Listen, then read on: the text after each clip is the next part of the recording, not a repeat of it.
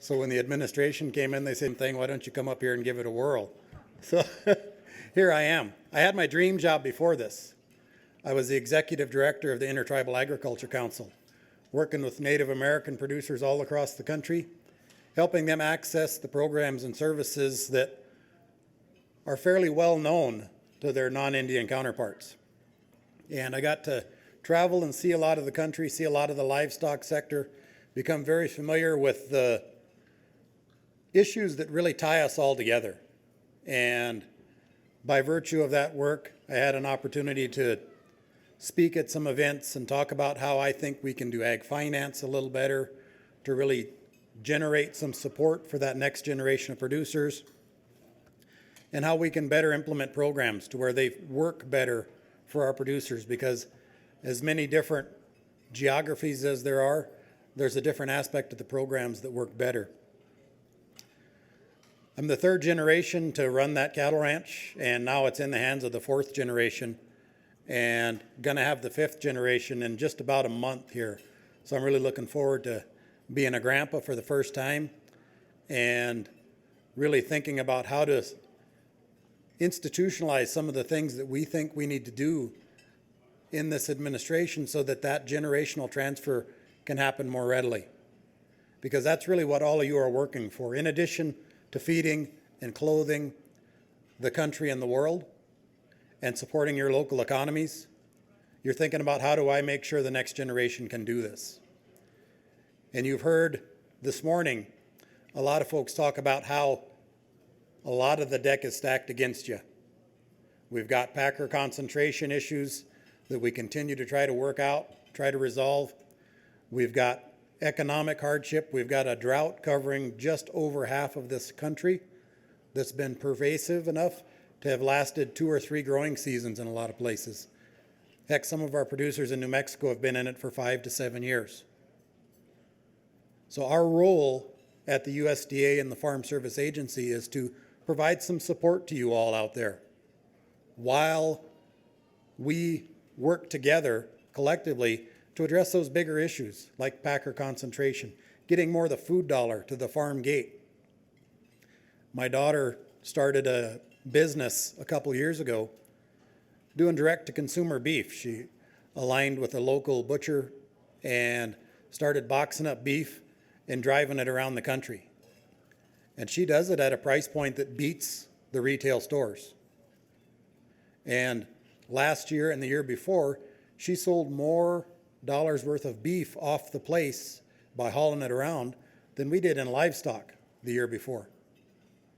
And I think that's really the key to what we need to do. We need to bring that production closer to the farm and the ranch and take the people out from between the consumers and the producers, because it's in everybody's interest to keep you at odds with that consumer.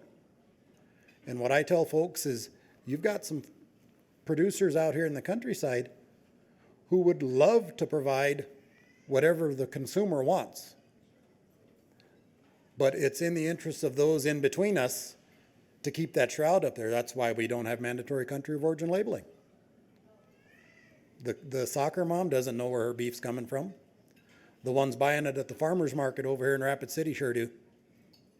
And we got to make sure that we do more of that and help bring that to bear for more producers, even those that are selling theirs through the livestock auction and the feedlots and the packers directly. We've got to be able to track that food back to the farm gate. One of my old dear friends is here in this room, and I want to end my comments with a little story about Mr. Herman Schumacher and tell you about what I think about the livestock industry. And then I'd love to answer a few questions, hear a few concerns. I've got my notebook. I write them all down. I take them back and we talk about every single one. If I get your contact information, I get back in touch with you. One of my goals as your FSA administrator, and I use your very sincerely and very meaningfully, I want it to be impossible for the next one to take this job and not be available to you all by a telephone call. I take civil service very seriously, and I push back on the notion that bureaucrats are a problem. We've got some very dedicated bureaucrats out there in every one of your county offices who wake up every single morning and find a way to go out there and help you. And they're not getting paid the wages that these IRS agents must be getting paid, because we hear every day we're not making enough doing this job. And it puts us in the position of exploiting their passion for agriculture the same way you are. Your passion for the work you do, passion for the next generation, is causing you to be exploited. And we've got to do some things to address that. But I want to thank all of the county office staff. The only thing I ask of you in exchange for my phone number is to go out to your county office and say, Zach Ducheneaux says I should thank you for the work you do. Then you've got a direct line to your FSA administrator for no more than that. And you can share my number too. It's the least I can do. About 25 years ago, we were looking for a new place to market our calves, and my dad asked me to start making a few calls. So I called around, and I finally heard about this Harriet Livestock, and man, they were doing some good stuff, and they had a guy in the ring that could walk across the top of the backs of the calves as they were sorting in and out, old Schaffner.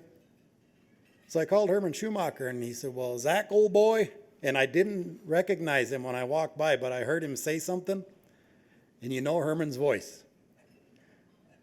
Zach, old boy, I'm going to sell your calves for you next fall. I said, oh, the hell you say, Herman? How are you going to do that? You going to pay some freight on them, or are you going to get me through first? You going to buy me a steak? And this is the part I want to leave you with. No, Zach, what I'm going to do is I'm going to get you what your calves are worth, and you can buy your own damn steak. And that's how we should approach this livestock deal. Stop having Tyson and National and all of these other parties sponsor these things and buy us a steak, and say, just give me what my calves are worth. Because that's what it's all about. I'm going to give out my phone number. If you all want to take it down, I don't know if we can type it on the screen or something like that. But it's 202-941-4675. Again, that's 202-941-4675. Eric Groper knows I do answer that myself. And I answer all of my own emails myself as well. It's Zach, Z-A-C-H, Ducheneaux, D-U-C-H-E-N-E-A-U-X at USDA.gov. And while you write that down, I just want to send out the thanks to our national FSA team and the district directors and the team that we've got across the country. In the last 4 or 5 months, we've delivered over $700 million in assistance to South Dakota and the surrounding states. We've delivered over $7 billion nationwide. And you all note that we did that without a lot of interaction from you all. We've decided to use the information we've got to get the assistance where it needs to go. And that's the way we want to keep doing this. I would love to answer some questions or hear some concerns if there are any. And I think my partner there's got a microphone. You betcha. One over here too. Questions for Zach? I got a bunch of talking points that my staff prepares for me for every meeting, and I can go into those if you want, but I'd rather visit.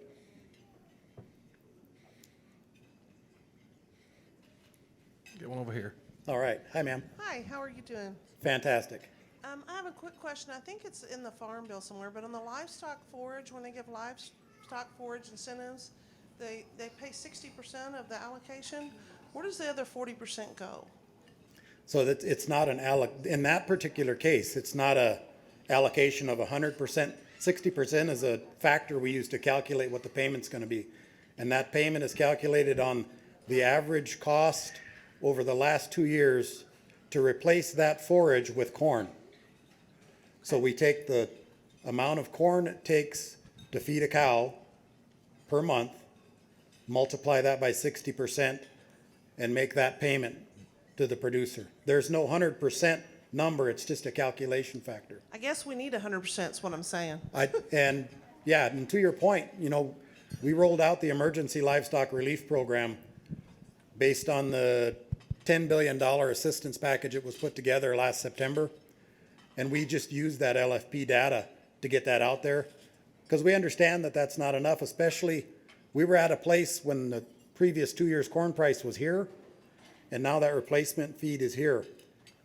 And our standing disaster programs were conceived of, 12 to 15 years ago, and we didn't really think about a nationwide drought that spread so far. It was more for that targeted. So there's room to adjust those, and Senator Rounds, I think, is going to be here.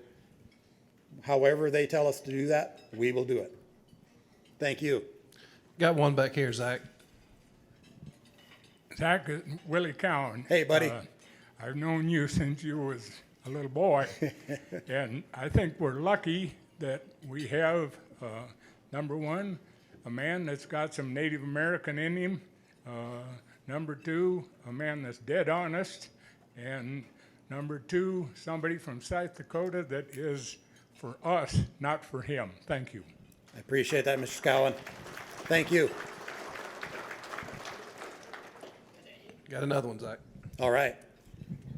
Judy McCullough, and my question is, maybe it's rumor, but it went around that anybody that signed up for, now I'm going to CRP, that land would be considered part of the 30 by 30 that Biden was asking for. Is that true? And if so, how do we get that off that form? So an important thing to understand is 30 by 30 or America the Beautiful or CRP. These are all voluntary incentive-based programs. And it's not about taking possession of the land. It's about enabling producers to have some access to conservation dollars on that land. Help you all have an income stream for a rental payment for doing the conservation practices if you choose to, or access federal cost share dollars to help do the things that you can't afford to because you're getting 11 cents for every food dollar to the farm gate. So these are all voluntary incentive-based programs, and if you want out, you can always opt out. So that, there's a lot of confusion around that, but I'm a big fan of the CRP program. I think we should do more of it, and I think we should actually take a look at enhancing the working lands aspect of CRP, which is what we do with our grassland CRP program, where we've got a lot of acres enrolled to help producers do more thoughtful management of their grazing and receive some compensation for that as well. Thanks for did I answer your question, ma'am? Yes, thank you. Thank you so much. Here. Guy way in the back over there too. Hi. So you've said in previous times I've seen you speak that the cattle part of the Farm Bill is a fairly recent thing. You've said previously that it needs some tweaking, and I was wondering if you wanted to share with the group some of the things that you would like to see tweaked on the Farm Bill in regards to cattle. Well, that's a tricky question, and if you know about the Hatch Act, I can't do a lot of advocacy there, but I can tell you what we've done, and I can tell you the pathway for you all to implement change in the Farm Bill. Our role in the administration, contrary to popular belief, is to do what the Congress tells us with regard to legislation. Farm Bill is our guidebook. The things that we've done in the livestock segment, the resources that we offered producers through the ELAP program to haul feed and cows where feed or cows are needed. We were able to find that statutory authority within the existing Farm Bill and disaster programs. The change we made to LIP recently, in recognition of the investment that you all make in a baby calf hitting the ground, instead of paying you $150, we've more than doubled that payment because we had the latitude laid out and the flexibility offered to us in Farm Bill and in disaster statutes. Another thing that I'm really, really proud of, Secretary Vilsack charged us with going out there and addressing some of these things. So when we made that change to ELAP, after talking with Senator Hoven's office about how we could improve that for producers in North Dakota during the drought, we thought, well, yeah, we can actually help pay some of the freight on getting the forage that isn't in this place to where your cows are. So we were pretty damn proud of ourselves, and we rolled that reg out, and we started to hear from the countryside. I wouldn't be surprised if Brent wasn't one of the guys that called me or sent me some math. And they said, it makes more sense for me to be able to move my cow to where the food is. And we said, you know what? We were wrong. We didn't get that one right, and we changed it. We didn't just dig in and say, well, by God, that's the way it is, you fit. We had the latitude to change it, and we adjusted to fit the situation. So that's the kind of things that we need to be able to do, have that flexibility to offer on behalf of you and improve outcomes for our livestock producers. I'll talk just a little bit about the livestock forage disaster program. One of the things that I envision us being able to do is work with cattlemen to get a better understanding annually of what your inventory is like. Not RFID. You come in, sign a piece of paper and say, these are my numbers. When you hit day 8 week plus 1 of the D3 drought, we can do a payment to you like we did with ELRP. You have an acreage report in, we know how many cows you got out there, you're enrolled just like a farmer would be with their acreage and their crop, so that the payments can automatically happen. Because the last thing you need after you've had a 8 week drought is a 6-month waiting period to get the drought assistance that you're entitled to. So we're trying to find ways to streamline that for the betterment of producers. So the Farm Bill conversation, I'm sure RCAF has a platform. And what I would suggest is as you put together your platform and you share it with Senator Rounds and your various congressional delegations, send us a copy, because our posture in this is to provide technical assistance when the Hill asks us about possible Farm Bill changes.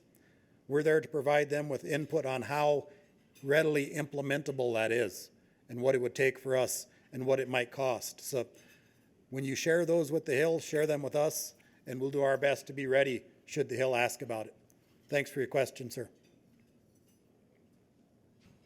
Got a lot of hands now. Zach Gerald-Schreiber from Colorado. Appreciate your hard work. Thank you. I appreciate yours. But back to your deal with Herman and being able to buy your own steak, could you comment philosophically a little bit? To me, this is a slippery slope, and as cattlemen,